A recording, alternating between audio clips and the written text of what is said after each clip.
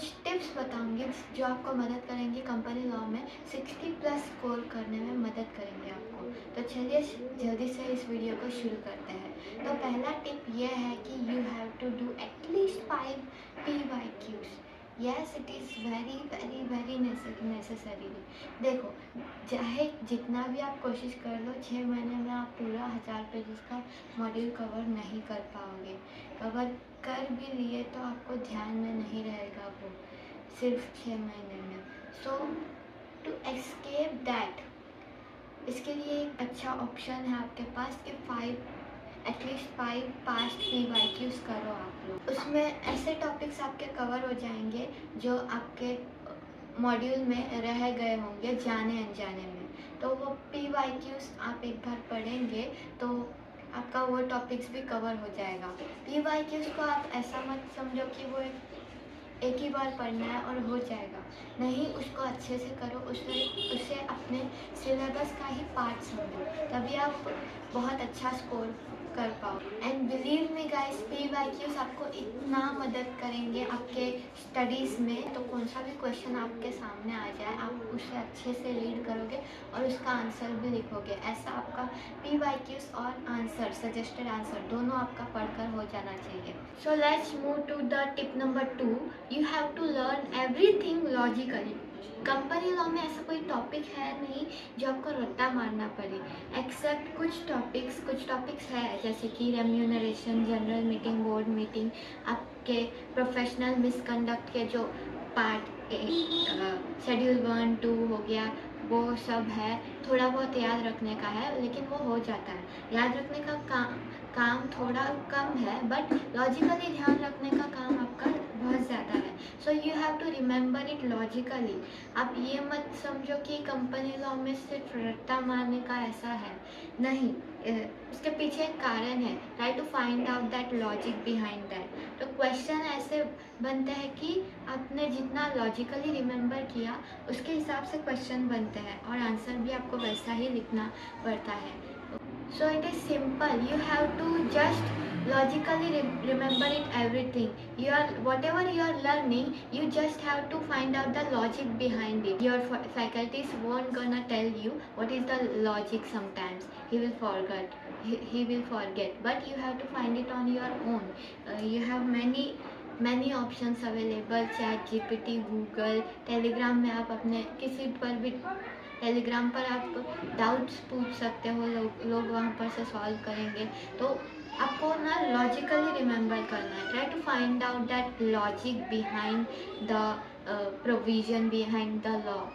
It will go very very much easier. तो आप भूलोगे नहीं। जैसे कि मैं एक एग्जांपल दूंगी कि इंडिपेंडेंट डायरेक्टर है। इंडिपेंडेंट डायरेक्टर कौन नहीं बन सकता, इसकी एक 2 पेज की लिस्ट है। अगर आप उसे रट्टा मारने जाओ तो 2 पेज आपको पूरा ध्यान में रखने होंगे, फिर भी आपको नहीं होगा। आपको बस इतना ध्यान रखना है कि इंडिपेंडेंट डायरेक्टर कौन है, जो हमारे रिलेटेड नहीं है, वो वही इंडिपेंडेंट डायरेक्टर बन सकते हैं।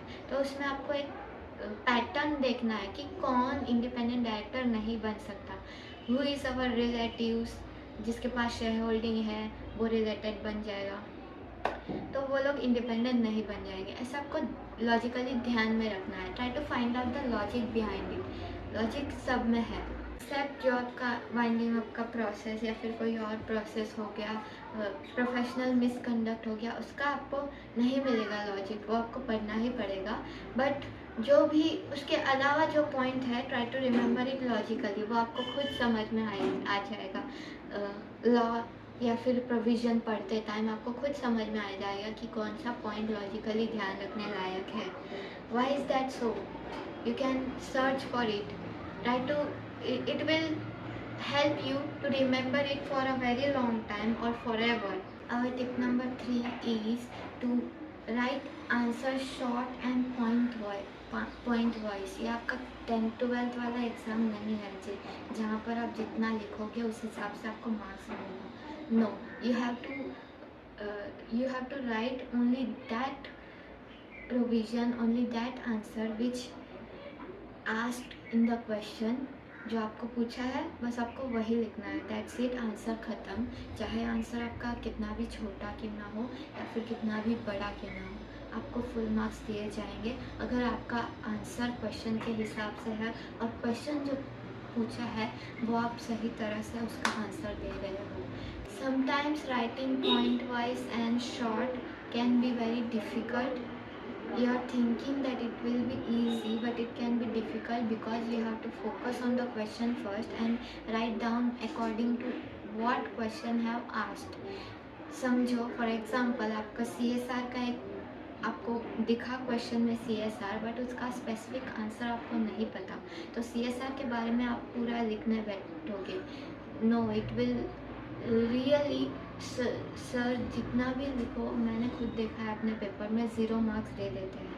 आपने लिखा है उसका मेहनत भी नहीं देखते वो लोग, अगर क्वेश्चन के हिसाब से आंसर नहीं है तो उन लोग 0 मार्क्स दे देते हैं। So you don't have to do that, you have to learn the question, you have to first focus on the question and then write according to it what have asked in the question. So what is the challenging part is you should know what to exclude and what to include in the answer, in your answer, what to exclude and what to include in your answer. That will make your answer short and point wise. And CSR का इतना बड़ा topic होकर कौन से topic में पूछा है वो एक्चुअली एग्जामिनर ने कौन से क्वेश्चन कौन से टॉपिक से पूछा है, बस आपको वही डिस्क्राइब कर कर उसका आंसर सही तरह से लिखना होता है, ना कि आपको CSR के बारे में पूरा लिखना होता है।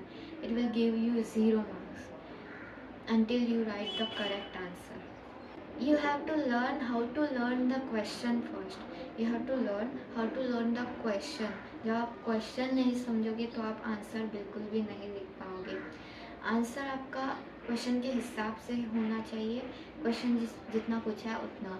और कई बार क्वेश्चन में एक क्वेश्चन में 2 या फिर 3 क्वेश्चन भी पूछे जाते हैं, आपको उसका सही तरीके से पॉइंट वाइज नीटली आंसर करना है। आप जैसे कि सजेस्टेड आंसर पढ़ोगे, PYQs पढ़ोगे तो आपको समझ में आएगा कि उन लोगों ने कैसा आंसर दिया है, कैसा पॉइंट वाइज बना कर दिया है और क्वेश्चन में कितने क्वेश्चंस बन सकते हैं।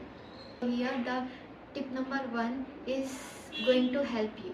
Let's move to our last tip, which is tip number 4. You have to use Telegram, ChatGPT, Google very frequently while preparing for the studies because you can use Telegram for doubts.